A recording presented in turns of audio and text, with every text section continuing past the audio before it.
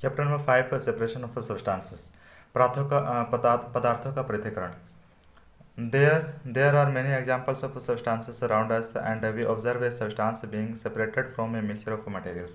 ऐसे बहुत से उदाहरण हैं जिनमें हम पदार्थों के किसी मिश्रण से पदार्थों को पृथक करते हुए अलग करते हुए देखते हैं। When we make a tea, then we separate tea leaves from the liquid with a strainer। चाय बनाते समय चाय की पत्तियों को द्रव्य से छलनी द्वारा अलग किया जाता है। Grain is separated from stalks while harvesting curd or milk is churned to separate the butter। We gain cotton by our hands to separate its seed from the fiber। सस्य कर्तन के समय अनाज को डंडियों से अलग करते हैं। मक्खन को पृथक करने के लिए दूध या दही का मंथन किया जाता है। जैसे कि हमने अध्याय 3 में सीखा कि रेशों से बीजों को अलग करने के लिए हम कपास को ओढ़ते हैं। You must have eaten salted poha or delia।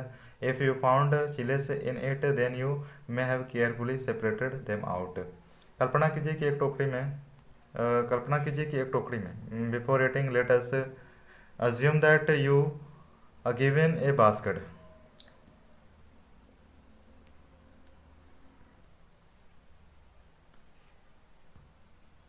Before eating, let us assume that you are given a basket containing guavas and mangoes are asked to separate them. What would you do? For each place one kind of fruits in a separate container, each eat right। कदाचित आपने आपने अध्याय में 3 में सीखा है कि रेशों से बीजों को पृथक करने के लिए हम कपास कोड़ते हैं। कदाचित आपने नमकीन, दलिया अथवा पोहा खाया होगा। यदि आपने यह पाया होगा कि इसमें मिर्च है तो खाने से पहले उन्हें सावधानीपूर्वक बाहर निकाल दिया होगा। कल्पना कीजिए कि एक टोकरी में आम और अमरूद भरे हैं और आपसे इन्हें पृथक करने के लिए कहा गया, तो आप क्या करेंगे? इसके लिए आप एक प्रकार के फलों को उठाकर किसी अलग बर्तन में रख देंगे। क्या ये सही है? Is it right? क्या ये सही है? What would you do if the materials you want to separate are much smaller than guava or mango? ऐसा करना सरल प्रतीत होता है, परंतु यदि पृथक किए जाने वाले पदार्थ आम या अमरूदों की तुलना में बहुत छोटे हो तो उन्हें अलग करने के लिए क्या करना होगा? Suppose you are given a glass of sand with salt mixed in it and asked to separate them। We cannot separate salt from this mixture by our hand। कल्पना कीजिए यदि आपको रेत और नमक के मिश्रण से भरा कोई गिलास दिया जाता है तो मिश्रण से रेत के कणों को हाथ से बीनकर पृथक करने की सोचना भी असंभव है। Activity 1। Some process of separation are given in column 1 of table 1। The purpose of separation and the way of separation of components are so। Activity 1 में सारणी 5.1 में कॉलम 1 में पृथक्करण के अलग करने की विधि के कुछ प्रक्रम दिए हैं। पृथक करने का उद्देश्य और अवयव को पृथक करने के ढंगों को कॉलम 2 अथवा 3 में दिया गया है। In column 2 and 3 respectively, in addition to these information, so in columns 2 and 3 is jumbled up। Can you match each activity with its purpose and also show the way of separated components are used। प्रक्रम का उद्देश्य उसके उद्देश्य अथवा प्रतिकृत अवयव को उपयोग के ढंग से मिलान कर सकता है। We look that before using a substance we need to separate non-useful substances that may be present with it। Sometimes we also separate useful components if we want to use them separately। हम देखते हैं कि किसी पदार्थ का उपयोग करने से पहले हमें उसमें मिश्रित हानिकारक तथा अनुपयोगी पदार्थों का पृथक करने की आवश्यकता होती है। कभी कभी हम उपयोगी पदार्थों को भी पृथक करते हैं जिनकी हमें अलग अलग उपयोग करने की आवश्यकता होती है। The substances which we want to separate may have particles of different sizes or materials। These may be liquids, solids or even gases।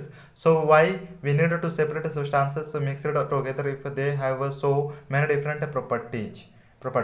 हम देखते हैं कि पृथक किए जाने वाले पदार्थों के कणों के अमाप जिन्हें मापा नहीं जा सकता अथवा द्रव्य भिन्न अलग अलग हो सकते हैं। ये द्रव्य ठोस और गैस भी हो सकते हैं। इसलिए हम किन्हीं पदार्थों को ऐसे मिश्रण का पृथक्करण कैसे करते हैं जिनके गुणधर्मों में अत्यधिक अलग अलग हैं।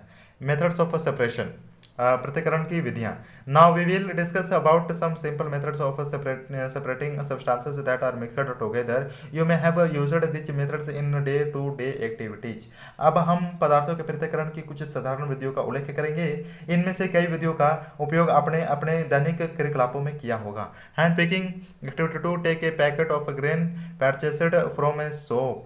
Now pour the contents of the packet on a sheet or paper of a paper. Do you see only one type of grain on the sheet of a paper? Are these pieces of stone, broken grain, husks and particles of any other kind of grain in it? Now separate with your hand husks, pieces of stone and other grains from the sheet of paper. Activity 2 है। Activity 2, दुकान से खरीदे गए अनाज का एक packet कक्षा में लाइए। अब अनाज को कागज के शीट में फैलाइए। क्या आप कागज पर एक ही प्रकार के अन्य कण पाते हैं? क्या इसमें पत्थर के टुकड़े, भूसे, टूटे हुए अन्य कण तथा अन्य खाद्य कण? अब आपने पत्थर के टुकड़े, भूसे तथा अन्य कण को इससे पृथक कीजिए। ठीक है। This process This process of hand picking can be used for removing slightly larger sized impurities like the pieces of dirt, husk and stone from wheat, rice and pulses. Usually the amount of such impurities is not very large, so hand picking method is a convenient method for separating impurities. Activity 2 में पढ़े। Activity 2 में नीचे दिया है hand picking के बारे में। हाथ चयन की इस विधि का उपयोग गेहूं, चावल तथा दालों से कुछ बड़े मिट्टी के कणों, पत्थर और भूसे को पृथक करने में किया जा सकता है। ऐसी अशुद्धियों की मात्रा प्राय बहुत अधिक नहीं होती। ऐसी स्थितियों का हस्त चयन द्वारा पदार्थों का पृथक करना एक सुविधाजनक विधि लगती है। Threshing. You must have looked bundles of wheat or paddy stalks lying in fields after harvesting the crop. Stalks are kept to dry in the sun before the grain is separated from them. Every stalk has many grain seeds attached to it. Suppose the number of grain seeds in hundreds of bundles of stalks lying in the field. How do we separate these grain seeds from bundles of stalks?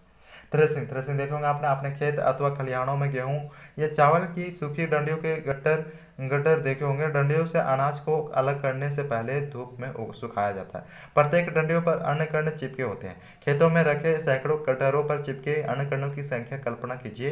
कृषक अन्य कण की डंडियों के इतने डलियों के कटारों से अनाज को कैसे पृथक करते हैं। One may pluck mangoes or bananas from the trees, but grain seeds are much smaller than mangoes or bananas, so plucking them from their stalks would be very difficult. How do we separate grain seeds from their stalks? आमों तथा अमरूदों को वृक्षों से तोड़ा जा सकता है, परंतु अन्य कण आम और अमरूदों की तुलना में बहुत छोटे होते हैं, इसलिए उनको उनकी डंडियों से तोड़ना असंभव होगा। अन्य कणों को उनकी डंडियों से कैसे पृथक किया जाता है?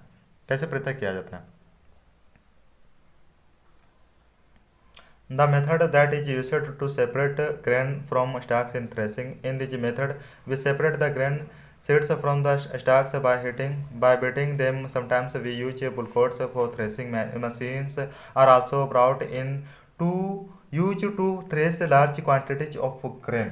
डंडियों से अन्य कणों अथवा अनाज को पृथक करने के प्रक्रम को थ्रेसिंग कहते हैं। इस प्रक्रम में डंडियों को पीटकर अन्य कणों को पृथक किया जाता है।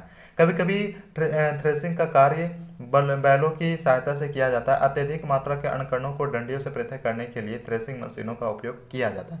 जैसे winnowing. Activity 3, paper a mixture of dry sand with salt but put this mixture on a plate. See this mixture carefully. Can we separate the two different components easily? Are the size of particles of the two different components similar? Could we separate these components by hand picking?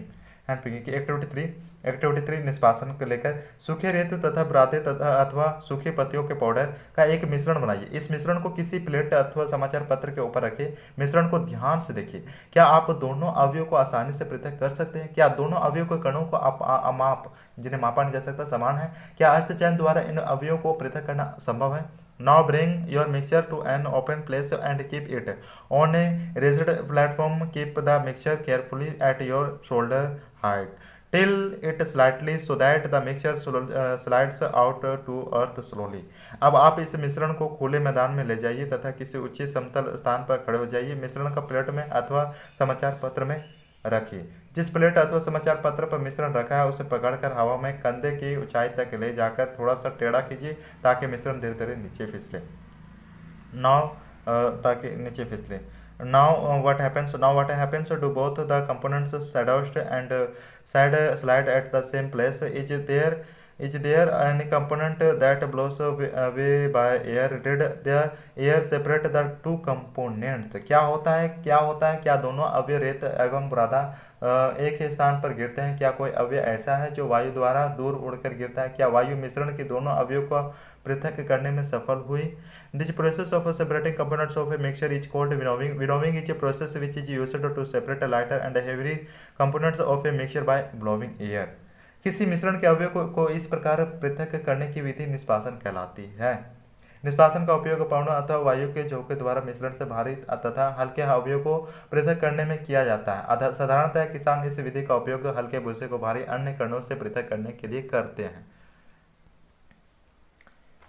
Usually this process is used by farmers to separate lighter husk components from heavier seeds of grain. The husk particles are blown away by the air while the seeds of grain get separated and collected near the platform of winnowing. The separated husk can be used for many purposes such as fodder for cattle. भूसे के हल्के कण पवन के साथ उड़कर दूर एकत्र हो जाते हैं, जबकि भारी अण कण पृथक होकर निष्पासन प्लेटफॉर्म के निकट एक ढेर बना लेते हैं। अलग हुए भूसे को पशु के चारे सहित अन्य कई प्रयोजनों में प्रयोग किया जाता है। सेविंग चालन। Sometimes we want to prepare a dish with flour, we need to remove some impurities and burn from the floor. Then what should we do? For this we use a sieve and pour the flour into it. Now the fine flour particles pass through the holes of the sieve while the bigger impurities remain on the sieve. चालन। कभी कभी हम आटे से व्यंजन बनाने की इच्छा होती है। हमें इसमें उपस्थित चोकर तथा अन्य अशुद्धियों को पृथक करने की आवश्यकता होती है। तब हम क्या करते हैं? इसके लिए हम छलनी का उपयोग करते हैं तथा उसमें आटा डालते हैं। आटे के छोटे कण चालनी के छिद्रों द्वारा निकल जाते हैं, जबकि बड़ी अशुद्धियां चालनी में रह जाती है। Commonly in a flour mill, impurities like husk and stones are separated from wheat before grinding it. After that, a bagful of wheat is poured on a sliding sieve. The sieving separates pieces of stones, starch and husk that may still remain with wheat after winnowing and threshing. प्राय आटे की मिल में गेहूं को पीसने से पहले पत्थरों तथा भूसे जैसी अशुद्धियों को हटाया जाता है। साधारणतः गेहूं की बोरी को एक तिरछी चालनी पर डाला जाता है। चालन द्वारा पत्थर डालियां तथा भूसे जो निष्पासन अथवा थ्रेसिंग के बाद गेहूं में रह जाते हैं को दूर किया जाता है। आपने इसी प्रकार के बड़े बड़े चालनों को भवन निर्माण वाले स्थानों पर रेत से कंकड़ तथा पत्थर पृथक करने के लिए उपयोग में लाते हुए देखा होगा।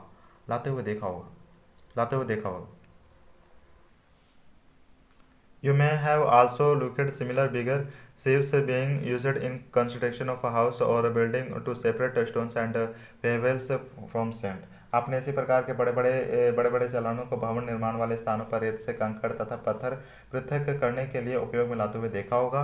Activity 4, take a sieve and a small quantity of flour. Sieve the flour to remove any impurities in it. After that, make a fine powder of chalk pieces and mix it with the flour. Can we separate the flour from the powdered chalk by sieving? Activity 4 में कक्षा में एक चालनी छलनी तथा थोड़ा सा अनाज घर से लाइए। चालन द्वारा आटे से अशुद्धियों को पृथक कीजिए। अब चाक का पाउडर बनाइए तथा उसका आटों के साथ मिलाइए। इस मिश्रण का चालन कीजिए। क्या हम चालन द्वारा चाक पाउडर तथा अन्य पृथक कर सकते हैं? चालन विधि का उपयोग मिश्रण के दो ऐसे अवयव जिनके मापों में अंतर हो उनको पृथक करने में किया जाता है। Sedimentation, decantation and filtration. Sometimes we cannot separate the components of a mixture by hand picking and winnowing. For example, there may be some lighter impurities like soil or dust particles in rice or pulses. How are some impurities removed from pulses or rice before cooking? अवसादन, निस्तारण एवं निस्यंदन। कभी कभी मिश्रण के अवयव को निष्पासन अथवा हस्तचयन द्वारा पृथक करना संभव नहीं होता। उदाहरण के लिए चावल तथा दाल में धूल, मिट्टी जैसे हल्के कण हो सकते हैं। चावल तथा दालों को पकाने से पहले इस प्रकार की अशुद्धियां कैसे पृथक करते हैं? Usually pulses or rice are washed before cooking. When you pour water to these, the impurities like soil and dust particles get separated and they go into water, and then water becomes a little muddy. Now tell what will sink to the bottom of the vessel, dust or rice.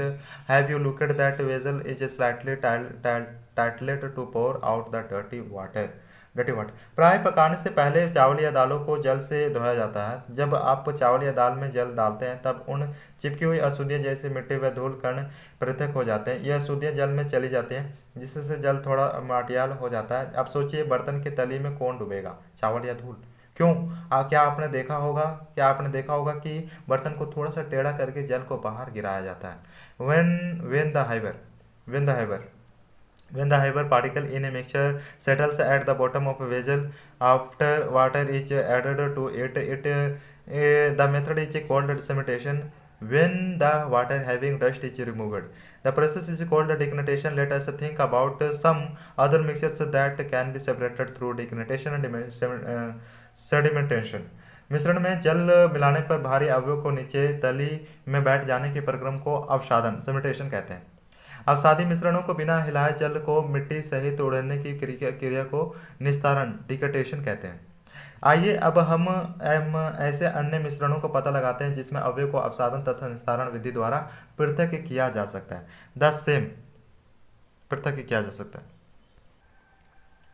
The same process is used for separating a mixture of two liquids that do not dissolve with each other. For instance, water and oil from their mixture can be separated by this method. If a mixture of these kinds of liquids is allowed to stand for some time, they form two separate layers. यही सिद्धांत ऐसे द्रव्यों के मिश्रण को पृथक करने में भी उपयोग में लाया जाता है जो आपस में मिश्रित नहीं होते। उदाहरण के लिए तेल तथा जल को उनके मिश्रण से इसी विधि द्वारा पृथक किया जा सकता है। यही द्रव्य के ऐसे मिश्रणों को कुछ समय के लिए रहने दिया जाए तो वे दो पृथक परतों में बंट जाते हैं। इसके बाद जो अव्यय ऊपरी परत बनाता है उसे निस्तारण द्वारा पृथक कर सकते हैं। The component which form the upper layer can then be separated by Decantation. Let us consider a mixture of liquid or solid after making tea. What do you do to separate the tea leaves? Think about decantation after using. आइए फिर से ठोस तथा द्रव्य के किसी मिश्रण पर विचार करें। चाय तैयार करने के बाद आप चाय की पत्तियों पृथक करने के लिए क्या करते हैं? निस्तारण की विधि अपनाइए। इसके द्वारा कुछ सहायता मिलती है, परंतु क्या आपको चाय में कुछ पत्तियां अभी भी मिलती हैं? अब चाय को एक छन्नी में डाल दीजिए। क्या चाय की सारी पत्तियां छन्नी में रह जाती हैं? इस प्रक्रम को निस्यंदन कहते हैं, डिकंडेंसेशन। Did all the tea leaves remain in the strainer? This method is called filtration, which process of separating tea leaves from tea is better filtration or decantation. अब सोचिए, तैयार चाय से चाय की पत्तियां पृथक करने में निस्तारण और निस्तारण में से कौन सी विधि अच्छी है? Let us now observe the example of water. Do all of us at all times we get pure water to drink? Times water supplied to us through taps may be muddy. The water taken from rivers or ponds may also be muddy, usually after rains. Let us observe if we can use some process of separation to remove insoluble impurities like soil from the water. आइए अब हम अपने उपयोग में आने वाले जल के उदाहरण पर विचार करते हैं। क्या हम सभी को हर समय पीने के लिए सुरक्षित जल मिलता है?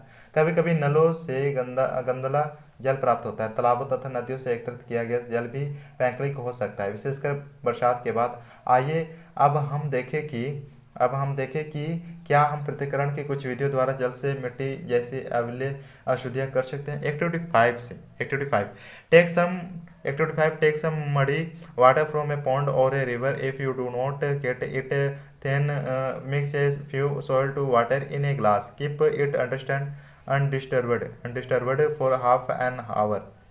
Now look the water carefully and write your observations. Kirklaf 5.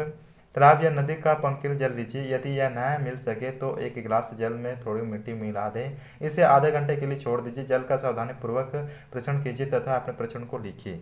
Does some soil in a glass settle at the bottom of water? Why can you tell the name of this method? क्या glass की तली में कुछ मिट्टी बैठ गई है? ऐसा क्यों हुआ? इस प्रक्रम को आप क्या कहेंगे?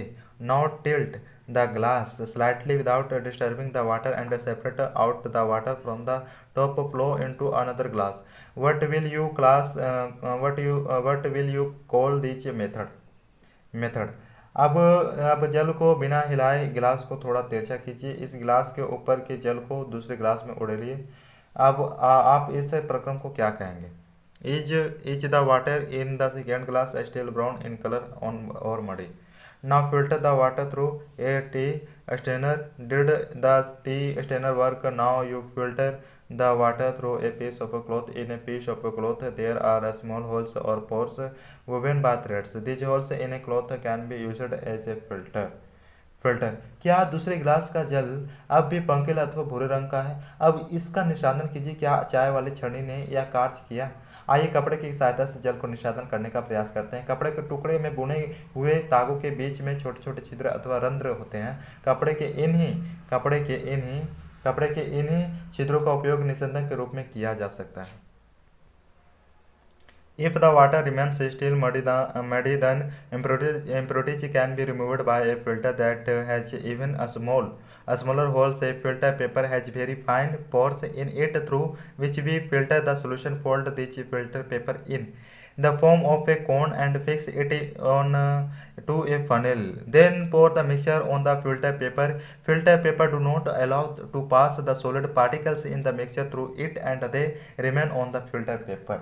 यदि जल अभी भी पंकिल है तो अशुद्धियों को फिल्टर पत्र द्वारा निस्संदित कर सकते हैं जिसमें और भी छोटे रंध्र हो सकते हैं। फिल्टर पत्र एक ऐसा निस्संदक होता है जिसमें अत्यंत सूक्ष्म छिद्र होते हैं। फिल्टर पत्र के उपयोग से संबंधित विभिन्न चरण दर्शाए गए हैं। फिल्टर पत्र के शंकु के रूप में मोड़कर किप में लगा दिया जाता है। Usually vegetable and fruit juices are filtered before drinking to remove the seeds and oil. साधारणतः फलों तथा सब्जियों के रसों को पीने से पहले उनके बीजों तथा ठोस कणों को Particles of a pulp. The process of filtration is also used in preparing paneer in our homes. You might have looked that for preparing paneer, a few drops of lemon juice are mixed with milk as it boils. This provides us a mixture of particles of liquid and solid paneer. The paneer is then separated by filtering the mixture using a fine cloth or a strainer. साधारण फलों तथा सब्जियों के रसों को पीने से पहले उनसे बीजों तथा ठोस कणों को पृथक किया जाता है, अलग किया जाता है। निस्सादन विधि का उपयोग घरों पर पनीर बनाने में भी होता है। आपने देखा होगा कि पनीर बनाने के लिए दूध को उबालने से पहले उसमें नींबू का रस मिलाया जाता है। इससे पनीर के ठोस कणों तथा द्रवों का मिश्रण प्राप्त होता है। पनीर को इस मिश्रण से कपड़े या छन्नी से फिल्टर करके पृथक किया जाता है, अलग अलग किया जाता है। Evaporation activity 6 वाष्पन। Heat a beaker having it some water. Having it some water. Allow the water to boil. If you heat the water, continue. Then water turns into steam and disappears completely. Pour 2 spoons of salt to water in another beaker and then stir it well. Do you observe any change in the color of water? Can you look any salt in the beaker? After stirring, heat the beaker containing the saline water. Allow the water to boil. You will see what is left in the beaker. Activity 6 क्रियाकलाप 6 evaporation वाष्पन। Beaker में कुछ जल गर्म कीजिए। जल को उबलने दीजिए। यदि आप निरंतर गर्म करते हो तो क्या संपूर्ण जल भाप में बदल जाता है तथा अदृश्य हो जाता है। अब दूसरे बीकरे के जल में 2 चम्मच नमक डालिए तथा अच्छी तरह हिलाइए। क्या आप जल के रंग में कोई परिवर्तन देखते हैं? विलोड़ित करने के बाद क्या आप बीकर में कोई नमक देखते हैं? नमक के जल से भरे बीकर को गर्म कीजिए। जिस प्रकार चित्र में दिखाया गया जल को उड़ने दीजिए। बीकर में क्या बचता है? इफ दिस एक्टिविटी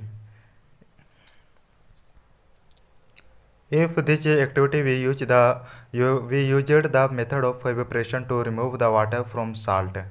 अ, इस क्रियाकलाप में हमने मिश्रण से जल तथा नमक को पृथक करने के लिए वाष्पन को प्रक्रिया का प्रयोग किया है. The method used to change the water into its vapour is called evaporation. Evaporation वाष्पन, जल को उसके वाष्प में परिवर्तित करने की प्रक्रिया को वाष्पन कहते हैं. This method of evaporation takes place continuously wherever you see whatever. Do you know from where salt comes? Sea water contains many salts dissolved in it. One of these salts in the common salt. आपके विचार से नमक कहाँ से आता है? समुद्र के जल में अत्यधिक मात्रा में लवण मिश्रित होते हैं. इन्हीं लवणों में से एक लवण साधारण नमक है. जब समुद्र के जल को बड़े बड़े उथले गड्ढों में भरकर छोड़ दिया जाता है तो सूर्य के प्रकाश से जल गर्म होकर वाष्पन धीरे धीरे when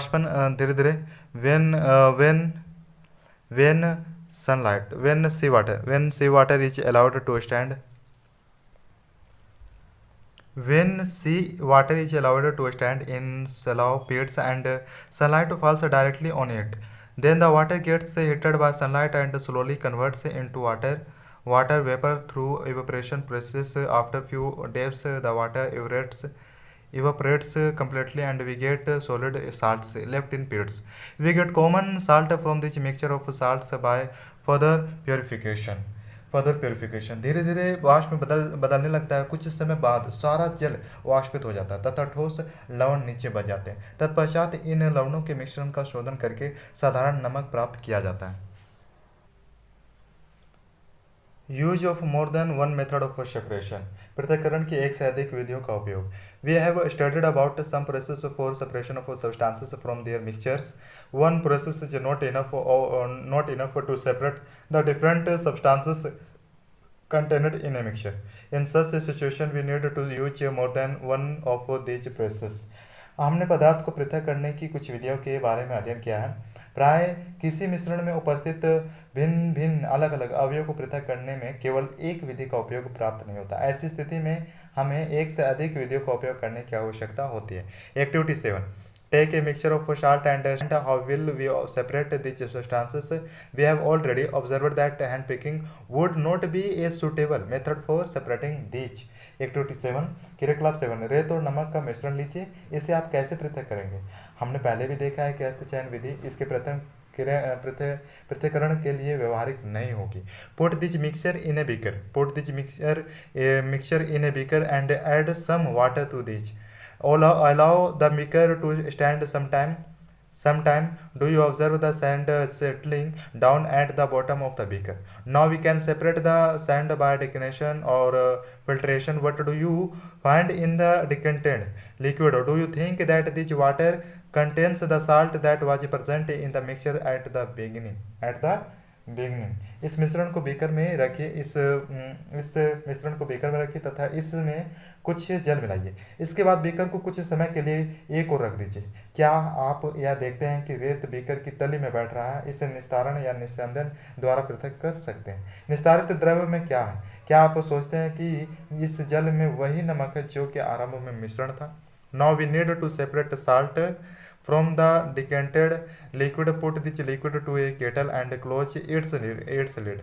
Now allow to heat the kettle for some time. Do you observe steam coming out from the spout of the kettle? A spout of the kettle. Now अब इस निस्तारित द्रव्य से नमक व जल को पृथक करना है.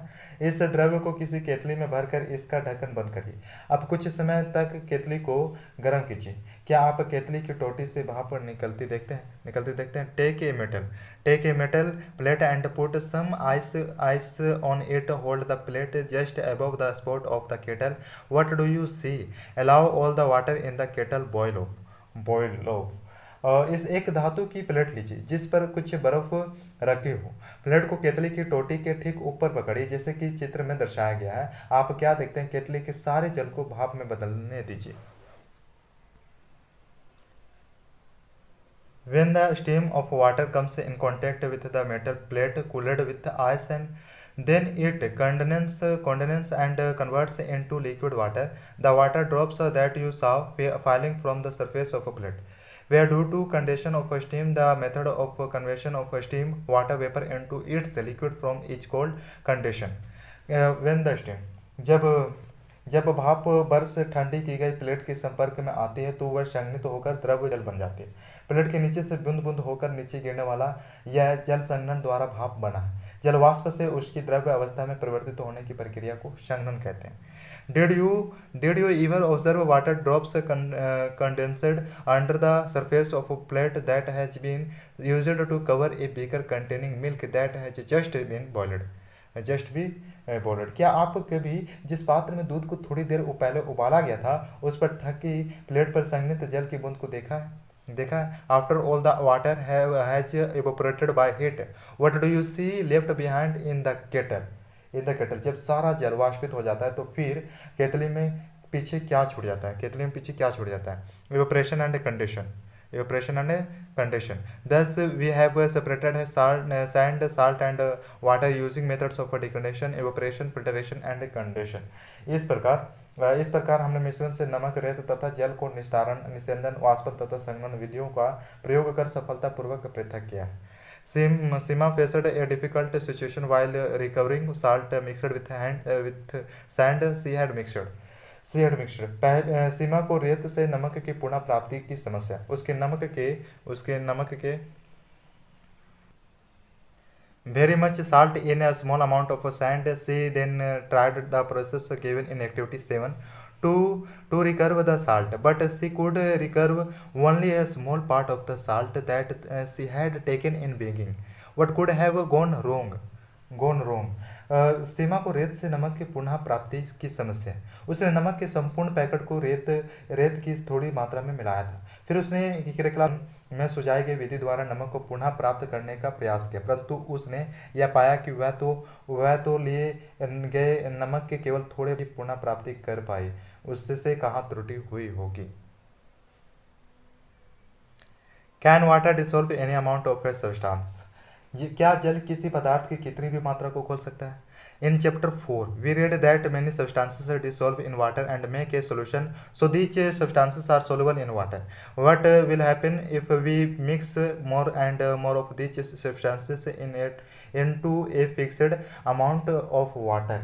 क्या जल किसी पदार्थ की कितनी भी मात्रा को सकता है? अध्याय 4 में हमने पाया कि कई पदार्थ जल में घुलकर विलयन बनाते हैं. तब हम उन पदार्थों को जल में विलय होते कहते हैं. यदि हम जल की मात्रा निश्चित रखकर उस पदार्थ की मात्रा निरंतर बढ़ाते जाए तो क्या होगा.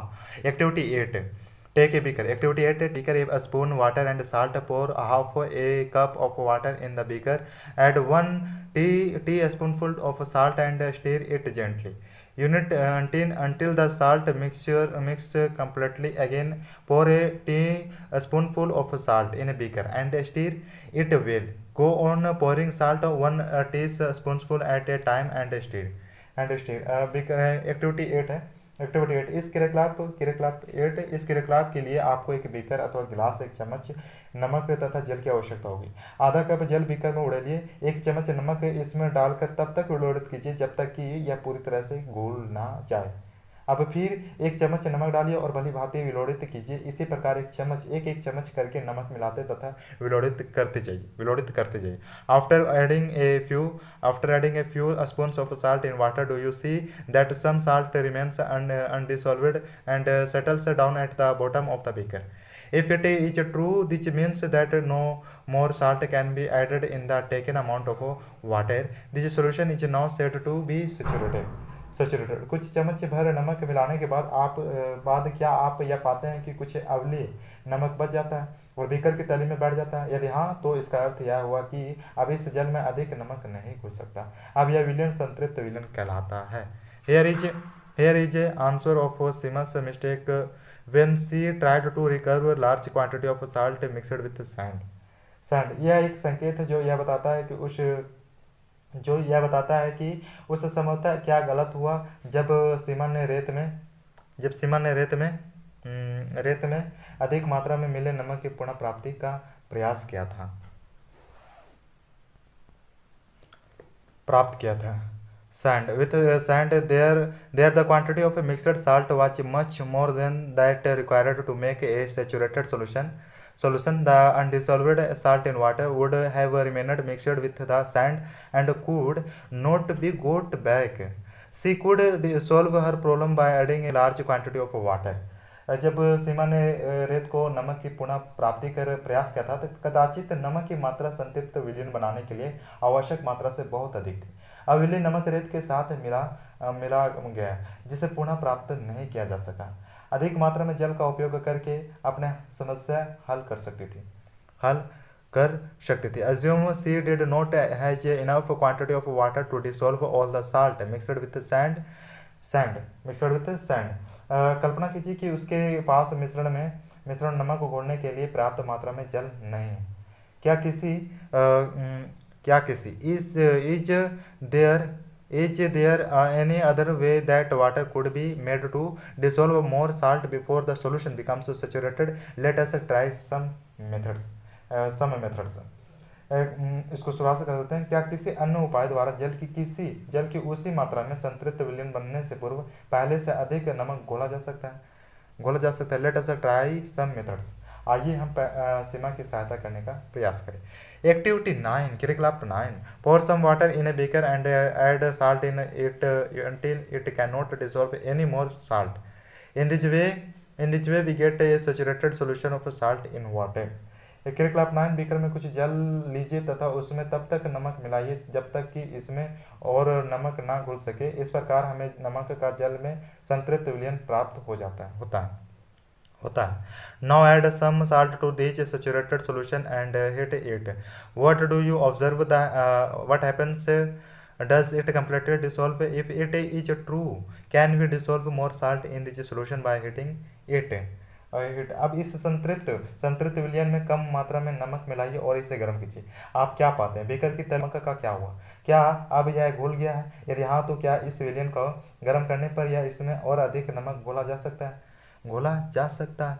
Now cool this hot solution. Does the salt again settle at the bottom of the beaker?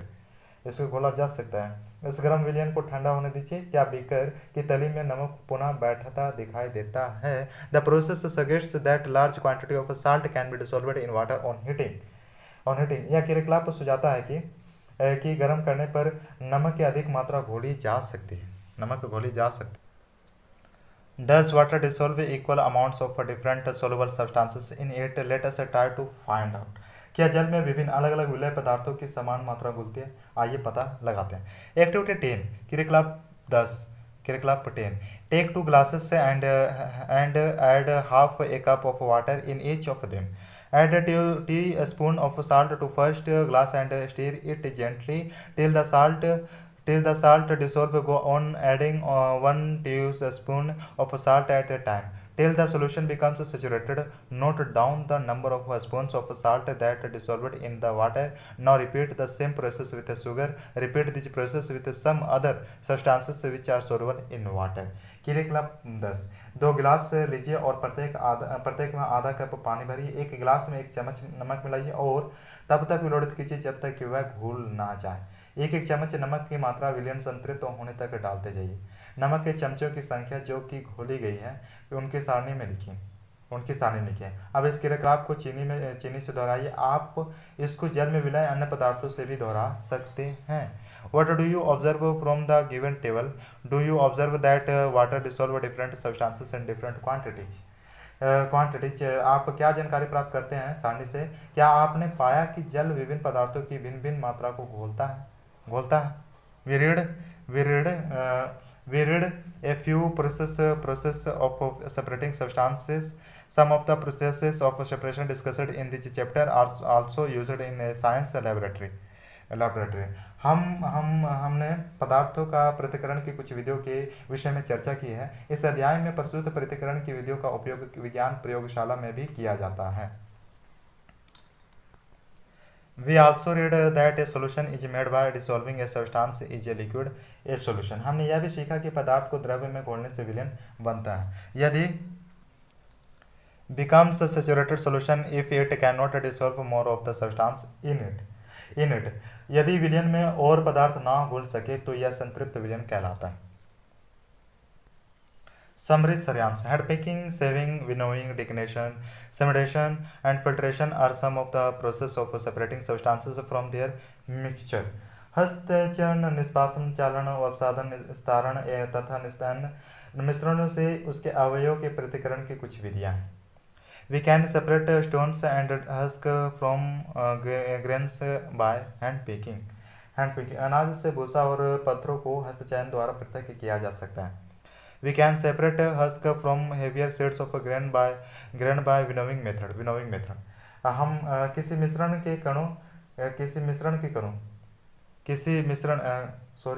भूसा अनाज के भारी बीजों से निस्यंदन विधि द्वारा पृथक किया जाता है. Difference in the size of components in a mixture is untisolated to separate them by the method of saving and filtration. Filtration किसी मिश्रण के कणों के माप में अंतर का उपयोग चालन तथा निस्यंदन प्रक्रियाओं द्वारा पृथक्करण में किया जाता है. In a mixture of water and sand, the heavier sand particles settle down at the bottom of a beaker and the water can be separated by decantation. रेत और जल के मिश्रण में रेत के भारी कण तली में बैठ जाते हैं और निस्तारण विधि द्वारा जल को पृथक किया जा सकता है. We can separate components of a mixture of an insoluble solid and a liquid by filtration. हम द्रव तथा उसमें विलय पदार्थों के अवयव को निस्यंदन के उपयोग से पृथक किया जा सकता है. Evaporation is the method in which a liquid gets converted into its vapor. By this method, we can separate a solid dissolved in a liquid. एपरेशन वाष्पन किसी द्रव्य को उसी वाष्प में परिवर्तित करने की प्रक्रिया को वाष्पन कहते हैं. वाष्पन की विधि का उपयोग द्रव्य में घुले ठोस को पृथक करने में किया जा सकता है. A saturated solution is that solution in which more amount of that substance cannot be dissolved. जिस विलयन में कोई पदार्थ अधिक ना घुल सके वह उस पदार्थ का संतृप्त विलयन होता है. More of a substance can be dissolved in a solution by heating it. किसी पदार्थ के विलयन को गर्म करने पर उसमें और अधिक पदार्थ घोला जा सकता है. Water dissolves different substances in different amount in it. जल विलय पदार्थों की विभिन्न मात्राएं घोलता है.